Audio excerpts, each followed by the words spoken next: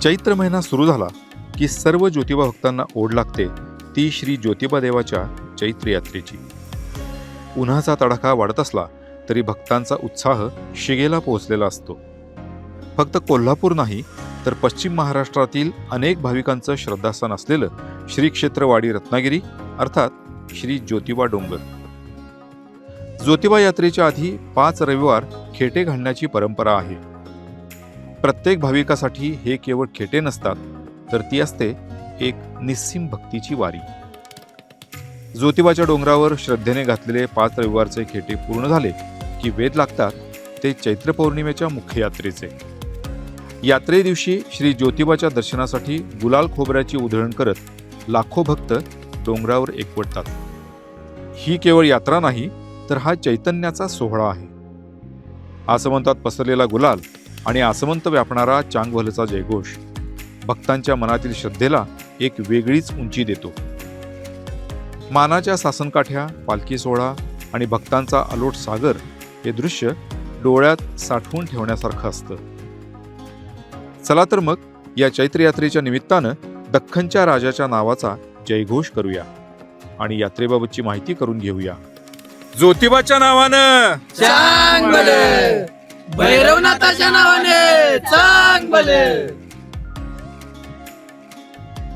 जी चैत्र यात्रा पूर्वीपासूनच चैत्र यात्रा आहे. चैत्र यात्रा म्हणजे काय आहे की आई यमाई हा रेणुकेचा अवतार आहे.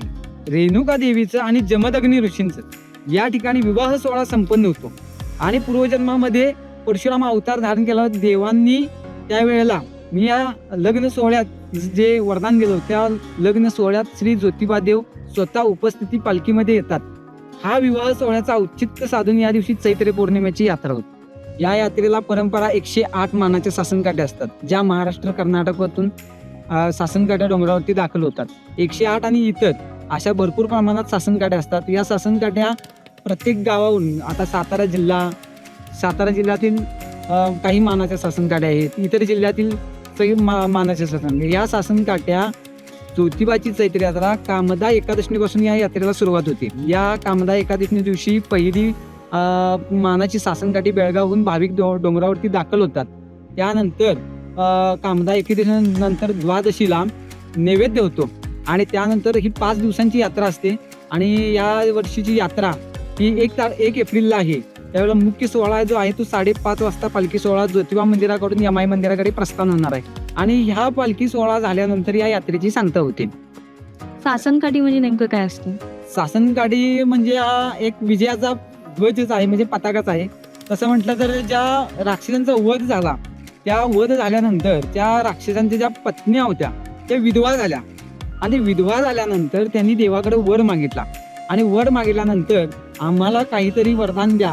त्यावेळेला देवाने सांगितले मी आज ज्यावेळेला पालखी सोहळा जाईल त्यावेळेला तुम्ही या पालखी सोहळ्यामध्ये होऊन त्या ठिकाणी तुम्हाला तो वर त्यांना देऊन या सासनकाठ्या त्या ठिकाणी त्या पालखी सोहळ्यामध्ये नाचवल्या जातात. आणि चैत्र यात्रा झाल्यानंतर लगेचच पाऊस पडतो आणि असं म्हणतात की गुलाल धुण्यासाठी हा पाऊस पडला जातोय. तर त्यामागे काय कारण आहे? तसं मेघराजा म्हणजे वरुण देवाची आशीर्वाद हा भाविकांना म्हणजे येणारा भाविक जो आहे हा शेतकरी आणि शेतकरी वर्ग हा ज्योतिबाचा म्हणजे सर्वसामान्य बहुजन जणांचं लोकदैवत कुलदैवत आहे. आणि हा शेतकरी राजा बळीराजा या ज्योतिबावरती आल्यानंतर एकच मागणी करतो की हे राजा या ठिकाणी या वर्षी पाऊस चांगला पिकू दे, आमच्या शेतीमालाला चांगला भाव मिळू दे आणि शेती चांगली पिकू दे. कारण त्या शेतीवरतीच त्याची सगळी गुजराण होत असते. त्यामुळे यावरून या इथून जाताना डोंगरावरती ज्योतिबा राजाकडे एकच हा आलेला शेतकरी मागत असतो पाऊस चांगला पडू दे. आणि हा पाऊस त्या ठिकाणी पालखी ज्या वेळेला यमाई मंदिराकडे होते त्यावेळेलाच हा पावसाचं गर्जना होऊन पावसाचे थेंब या पालखी सोहळ्यावरती हे होत असतात, वर्षाव करत असतात.